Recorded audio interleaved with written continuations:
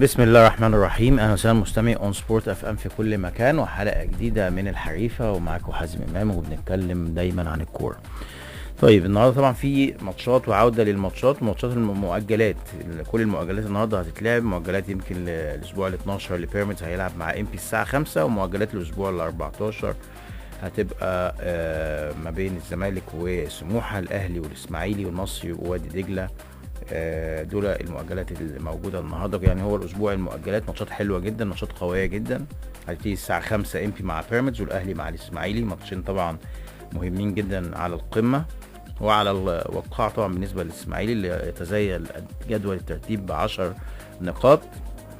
يعني ماتشين مهمين جدا لبيراميدز. بيراميدز من ساعه ما رجع تاني الدوري مش احسن حاجه، تعادل ماتش وخسر الماتش اللي فات من سموحه 2-1، فقد نقاط كتيرة في اخر ماتشين 5 نقاط. ولكن رغم كده يعني طبعا موجود وبينافس بشكل قوي جدا. بيراميدز دلوقتي في المركز الثالث، تراجع لكن طبعا عنده ماتش مؤجل هيلعبوا النهارده. الاهلي هيلعب مع الاسماعيلي انتوا طبعا شايفين حالته عامله ازاي، الدنيا مش احسن حاجه، توقف قيد، لعيبه ناشئين صغيرين جدا، اخطاء كتيره جدا. الاهلي هنتكلم عليه طبعا بالتفصيل، لكن طبعا برضو الاهلي مش في احسن حالاته برضو بعد العودة. يمكن الماتش اللي فات في الجزائر مش احسن حاجة، ما لعبش بكورة بشكل كويس. يمكن يانج افريكانز نوعا ما احسن شوية، لكن تعادل برضو. وكان في الدوري برضو نفس الكلام، التعادل كان موجود مع البنك الاهلي. فماتشات صعبة، مفيش حاجة مضمونة. الزمالك عنده النهارده سموحة، والزمالك جاي من هزيمة صعبة من زيسكو ما كسبش حد السنة دي خالص في البطولة غير الزمالك، مع ان الزمالك بقى له 3-4 ماتشات بيأدي. يعني بتروجيت، في كهرباء اسماعيلية، في المصري، في كونفدرالية، كسب ال3 ماتشات وأدى أداء قوي جدا على الرغم من النواقص الكتيرة جدا جدا جدا اللي موجودة في نادي الزمالك. وليس في الامكان احسن من مكان. يعني انت بتسافر وتلعب ماتشات وعندكش لعيبه، وكل ماتش تشال منك 2-3 اصابات، 2-3 اصابات، 2-3 اصابات. رحت لعبت مع زيسكو في ملعب وحش جدا جدا ومفيش لعيبه بشكل كبير يعني، فخسرت وحطيت نفسك في مشكله كبيره. طبعا الزمالك الماتش الاخير مع كايزر تشيفز الاسبوع الجاي لازم يكسب. لو اتعادل، والمصري طبعا المصري بنسبه كبيره هيكسب زيسكو، لان الماتش هنا في مصر اعتقد، وزيسكو يعني ملوش امل خلاص، هو ما فيش حاجه، هو كان بيلعب كده للشهره ماتش الزمالك، و90% ان شاء الله يعني المصري يكسب زيسكو فهيتاهل، وبالتالي هيبقى ماتش الزمالك وكايزر تشيفز لازم الزمالك يفوز بيه. طبعا لما اجي اتكلم على الزمالك القايمه فيه لعيبه كتير رجعت قوي في القايمه دي، فدي برضو حاجه كويسه بالنسبه للزمالك. في كمان النهارده المصري وادي دجله، ماتشين الزمالك والمصري دول بالليل هيبقوا الساعه 8، فعندنا الساعه 5 ماتشين حلوين، بيراميدز مع امبي والاهلي مع الاسماعيلي، والساعه 8 الزمالك وسموحه والمصري ووادي دجله.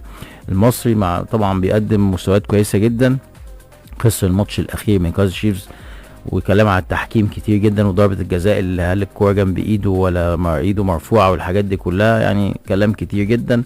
بيقدم كوره كويسه، لكن النتائج مش احسن حاجه برضو بعد عوده الدوري بالنسبه للمصري. كسب سيراميكا في الدوري، خسر من الزمالك في الكونفدراليه، لكن شغال بشكل كويس ولسه بينافس المصري، وعنده فرقه قويه مع وادي دجله، فرقه من الفرقه المحترمه جدا، مركز 8 وادي دجله، فرقه صاعده من الممتاز به، لكن بتأدي اداء قوي جدا، وشفناها يمكن في ماتش الزمالك، كسبت الزمالك وكسبت فرق كتيره كويسه على فكره، وتعادلت مع بيراميدز. فالنهارده ماتش مهم جدا جدا جدا. كلام بالتفصيل بقى فني شويه، خلينا نطلع لفاصل ونرجع بقى نتكلم على الاهلي والاسماعيلي وامبي وبيراميدز في تفصيليا شويه. طيب النهارده هنبتدي بالاهلي والاسماعيلي. الاهلي والاسماعيلي بالحكم الدولي محمد وفا ومحمد عاطف الزناري ومحمد محمود ضد الحكام، هيثم عثمان حكم رابع، ومحمود دسوقي واسلام ابو العطا تقنيه الفيديو. طيب الاهلي ترتيبه الرابع، طبعا على الرابع على الورق يعني الفرق النقاط قليل جدا جدا، الرابع ب 27 نقطه، البيراميدز 28، الزمالك 28، سيراميكا الاول 32. فهو ماتش يعني الدنيا تروح وتيجي، لكن الاهلي يعني في الاسبوع ال 14 في حاجه السنه دي في النادي الاهلي، على الرغم من سوق انتقالات قوي جدا جدا. الاهلي كل سنه بيعمل، وطبعا كان ابرزهم زيزو اللي عمل ضجه كبيره جدا، تريزيجيه لعيب كبير جدا، اشرف بن شرقي جه السنه اللي فاتت. يعني الفرقه كلها الاهلي بيدعم بشكل كبير جدا. رغم كده يمكن من اقل السنين، انا مش يعني من اقل السنين بدايات الاهلي فيه، يعني الاهلي السنه دي ضيع نقاط كتيره جدا في 14 ماتش، جايب 27 نقطه، نقاط كتيره جدا. اول مره في نص الدور الاول او في الدور الاول الاهلي يتعادل 6 ماتشات من 14 ماتش، يعني تقريبا اولموست النص، يعني كتير جدا على الفرقه دي، كتير جدا على الفرقه. يعني ممكن اقول لك لو فرقه تانية باسم كبير طبعا مثلا ظروفها صعبه زي الزمالك مثلا، ظروفه صعبه جدا جدا، فلو الزمالك في الظروف الصعبه دي عمل كده تمام، يعني ما حدش هيقول مشكله، لان هو عنده ظروف وما عندوش لعيبه وعنده وقف قيد وما جابش حد والدنيا صعبه جدا يعني. لكن قياسا بالميركاتو زي ما بيقولوا في السنه، في اول السنه، ان ده يبقى الاداء للنادي الاهلي في حاجه مش مظبوطه، ان كان مع ريبيرو او مع ياستورف الاثنين، يعني مفيش فوقان للعيبه بشكل كبير. طيب الاهلي معاه مين النهارده خلينا نقول كده قائمه الاهلي. الشناوي ومصطفى شوبير وحمزه علاء، كريم فؤاد ومحمد هاني وياسين مرعي، عمرو الجزار، احمد رمضان، ياسر ابراهيم، احمد نبيل كوكا، عوده ياسر ابراهيم طبعا مهمه جدا، محمد شكري، يوسف بالعمري. يوسف بالعمري لعيب طبعا، اللعيب المغربي القوي، اللعيب الدولي اللي ما بيلعبش بقاله من ساعه ما جه الاهلي وكان بيتحضر، ممكن النهارده يكون موجود، اعتقد ممكن يكون موجود. الناس كلها ضاغطه ان عايزين يشوفوا يوسف العمري مكان بالعمري، مكان كوكا اللي هو اساسا نص ملعب وبيوظف كباك شمال. وكان في ناس كتيره جدا كان اهلاويه او محللين عاديين بيتكلموا على فكره هو ليه ما يلعبش، طب ما تلعبوا الراجل اللي هو اساسا باك ليفت. فالنهارده متهيألي بعد خصوصا كمان الماتش اللي فات في الجزائر مع بطوله افريقيا وظهور النادي الاهلي مش احسن حاجه، ان كان هجوميا او حتى دفاعيا كان ممكن شغال يجيب جون او جونين. وكان تألق مصطفى شوبير في الماتش ده تألق لافت يعني، وكان الاسباب الرئيسيه ان الاهلي يتعادل. فممكن النهارده يوسف بالعمري يكون موجود، يعني الله اعلم. عنده في نص الملعب اليو ديانج، محمد بن رمضان، مروان عطيه، حسين الشحات، اشرف بن شرقي، طاهر محمد طاهر. طبعا في غياب لتريزيجيه وزيزو الاثنين مصابين، وقبلهم طبعا امام اللي هو طبعا معاقب. خط الهجوم ياسين كاموش ومحمد شريف ومروان عثمان. الاهلي بيبحث لسه لغايه دلوقتي عن راس حرب، يعني كل سنه الاهلي يمكن دايما بيدور على راس حرب لغايه لما وصل عقل وسام، وبعد وسام لما مشي برضه اشتغل على فكره، وسام ماشي جاب جراديشار وناس توسمت خير في جراديشار، وانا شايفه لعيب كويس على فكره. جراديشار مش سيء يعني، ده صغير في السن على فكره، هو بس شكله كبير شويه لكن هو لعيب كويس جدا. فالمهم جراديشار مشي، جه كاموش يعني لسه طبعا لعبش غير ماتش واحد وما ظهرش فيه كويس، عادي، كلنا في اول ماتشات لينا بتبقى صعبه شويه، لكن هو المفروض لعيب محترف يعني. في محمد شريف ومروان عثمان، راجل مصمم دايما على مروان عثمان كراس حرب. انا بشوف يعني فكره ان مروان لعيب كويس، بس انا بشوف ان هو مش راس حرب، مش راس حربه 9، مش راس حربه متعب، مش راس حربه بلال، مش راس حربه حسام حسن، مش راس حربه يعني في الاهلي عنده عظماء جم في فكره راس حرب، حتى وسام، يعني في لعيبه كتير جت للاهلي راس حربه دايما عنده المكان ده. مش لازم تكون طويل قوي زي وسام، لكن بلال وعماد متعب كانوا قصيرين لكن كانوا هدافين. مروان لعيب كوره اكتر منه راس حرب، يعني حتى مش قصدي راس حرب ما بيعرفش يلعب، لكن قصدي يعني ان هو عايز يلمس الكوره كتير، هو مش مثلا مش بتاع تحركات او يخطف بدماغه، هو عايز الكوره في رجله كتير. مروان ده حطه يعني وجهه نظري برضو، ممكن ابقى صح، ممكن ابعتوا لي لو انتوا شايفين حاجه، ابعتوا لنا على الواتساب. انا بشوف مروان ده يلعب هو تحت راس حرب، يعني مثلا النهارده هو ما عندوش زيزو ومش عندوش حد يلعب الحته اللي هي لو هيلعب 3 في قدام، من كان طاهر محمد طاهر بقى، اشرف بن شرقي، الثالث اللي في نص ملعب مين؟ هو ممكن يحط النهارده بن رمضان مثلا، يعني يلعب باليو ديانج ومروان، وبن رمضان يخلي بن رمضان هو اللي يزيد. انا بشوف مثلا يحط مروان ويحط قدامه شريف، هياخد من الاثنين كويس.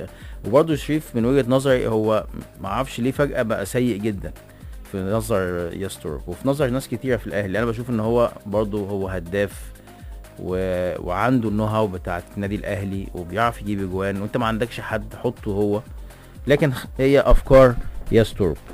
خلينا نشوف هيحصل ايه النهارده. لكن الاهلي لعب زي ما قلت لكم النهارده بيلعب مع الاسماعيلي، الاسماعيلي المركز الاخير في 15 مباراه، جايب 27 نقطة. الأهلي الإسماعيلي جايب 10 نقاط، دي طبعا كارثة إن الإسماعيلي يلعب 15 ماتش يجيب 10 نقاط.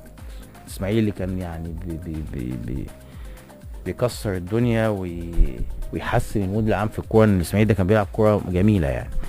الأهلي فاز من 14 ماتش 7 ماتشات بس، دي طبعا برضو حاجة رقم غريب جدا بالنسبة للحجم اللعيبه اللي موجوده، اللعيبه الكويسه، مش بيجيب لعيبه وخلاص. الاهلي جايب لعيبه كلها اسامي جامده، اشرف بن شرقي، خط الهجوم اشرف بن شرقي، زيزو، امام عاشور، تريزيجيه، دول اللي بيلعبوا. او في ناس قاعده بره، في حسين الشحات، في طاهر محمد طاهر، في محمد شريف، في اسامي كتيره جدا بره. فانك تكسب 7 ماتشات من 14 طبعا رقم غريب جدا. الاسماعيلي كسب 3، الاهلي تعادل 6، الاسماعيلي تعادل مره واحده، وطبعا كله بعد كده خساير.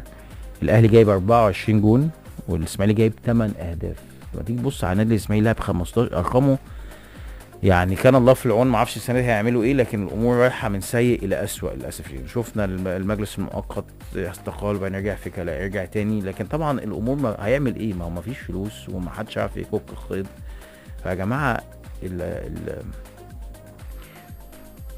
يعني لو جبت مين في الاداره ومعهوش فلوس هيبقى فاشل، او الناس هتوصفه انه فاشل، لانه مش عارف يحل.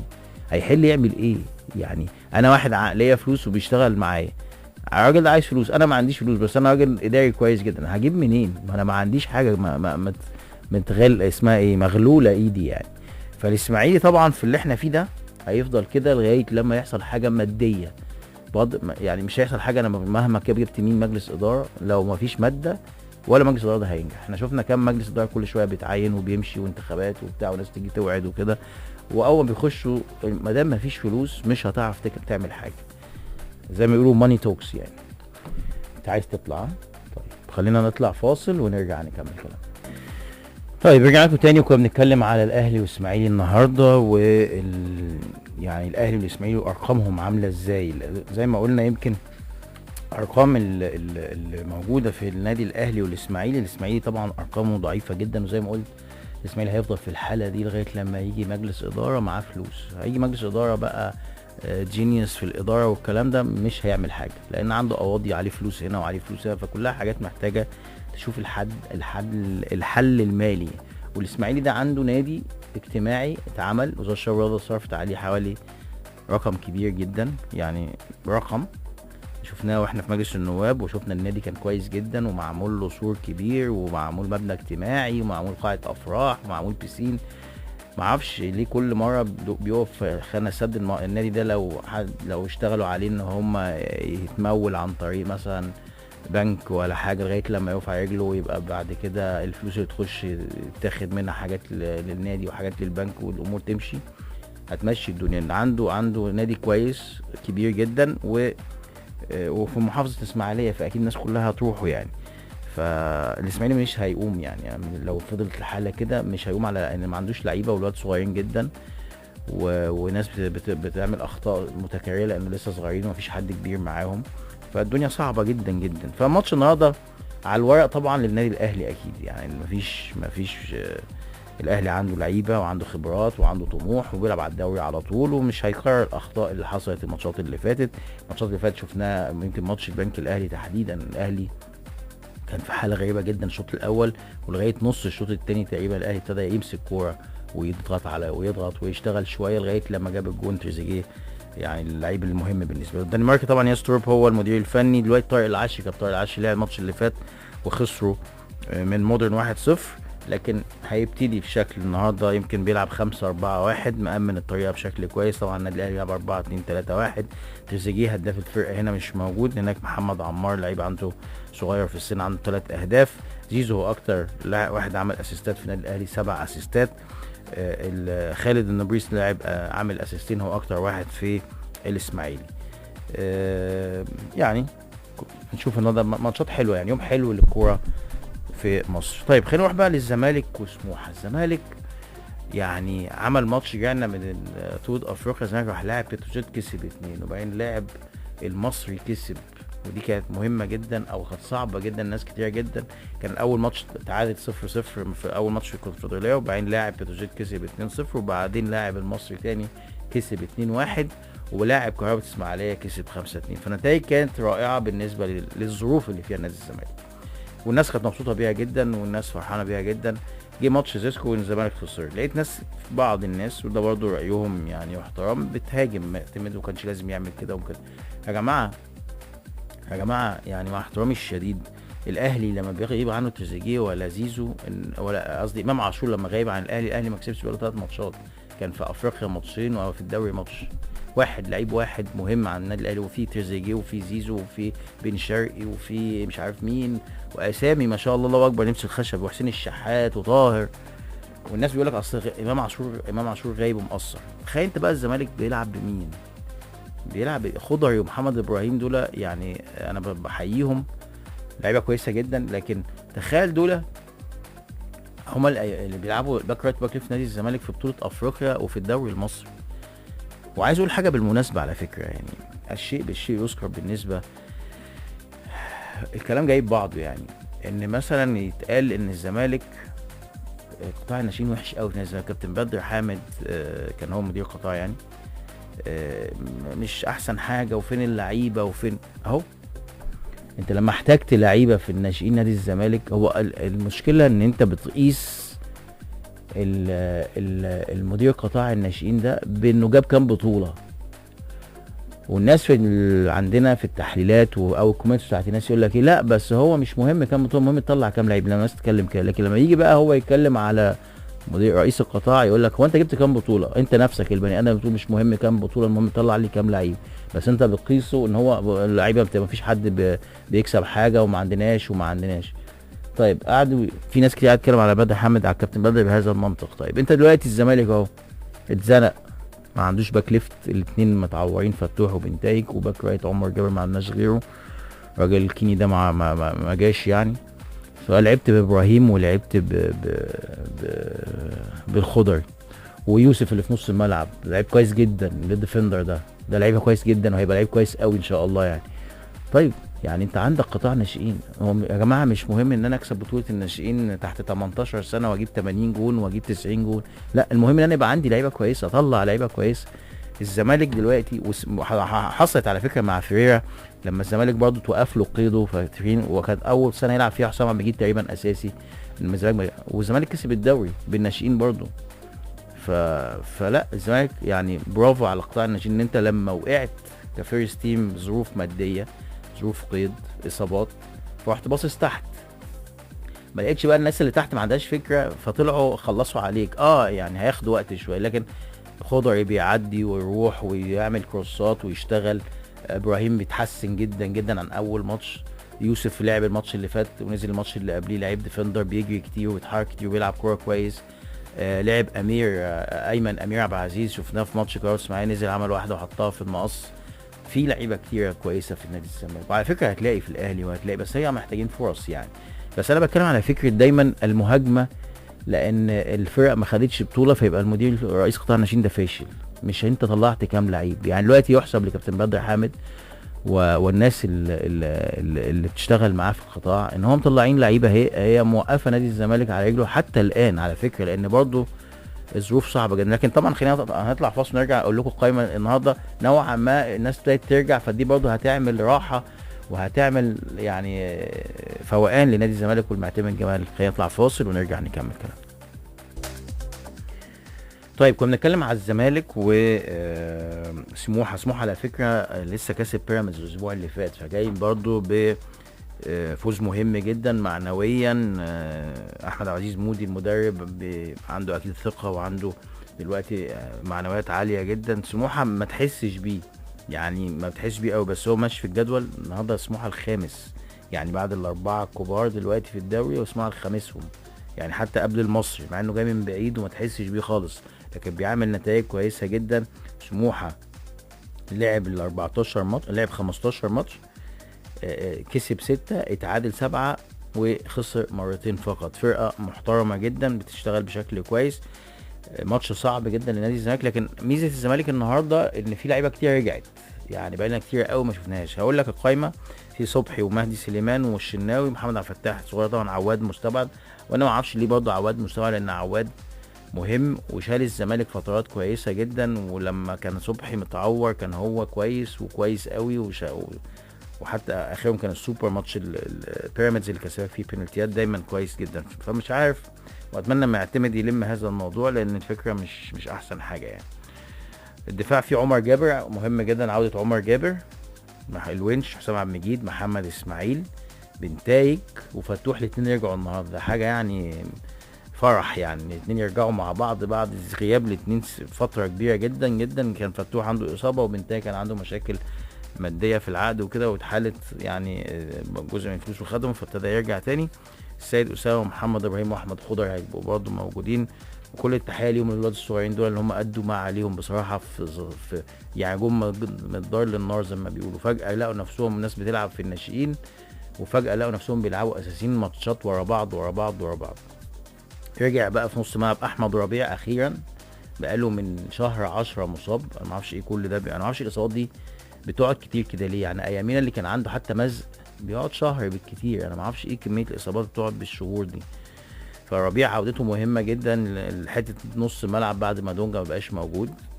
محمد شحاته، محمد السيد كان عيان، احمد عبد الرحيم ايشو، يوسف وائل لعيب كويس بقول لكم عليه ده برضه من ولاد النادي، وحمد لعيب ناشئ الزمالك، عبد الله السعيد موجود النهارده، احمد حمدي، اخوان بيزيرا وشيكوبانزا واحمد شريف، ناصر منسي، سيف الجزيري، وعدي الدباغ. يمكن ده اهم او ده احسن الخطوط الهجوميه، والكويس ان هم فايقين الثلاثه اللي قدام دول، فبيخلوا بيعرفوا يجيبوا جوان وبيشتغلوا كويس. طبعا مع حاله بين بصراحه الونش وحسام عبد المجيد، الاثنين دول قايمين وماشيين كويس قوي في حته. الماتش مهم جدا وماتش صعب جدا، خلينا نستمتع النهارده بالاربع ماتشات دول، بيراميدز كمان وام بي وزي ما قلت والمصري مع وادي دجله. بشكركم شكرا جزيلا اعزائي المستمعين. نشكر زميلتنا مخرجتنا نازك محمد، مهندس الصوت احمد ابراهيم، منورنا ابو حميد، سوشيال ميديا يوسف عبد القادر، رئيس تحريرنا محمد صلاح وعمرو شاوي واحمد سالم. واسيبكم مع اخبار الساعه مع الزميله علا، ونشوفكم ان شاء الله باذن الله في حلقات جايه باذن الله. السلام عليكم.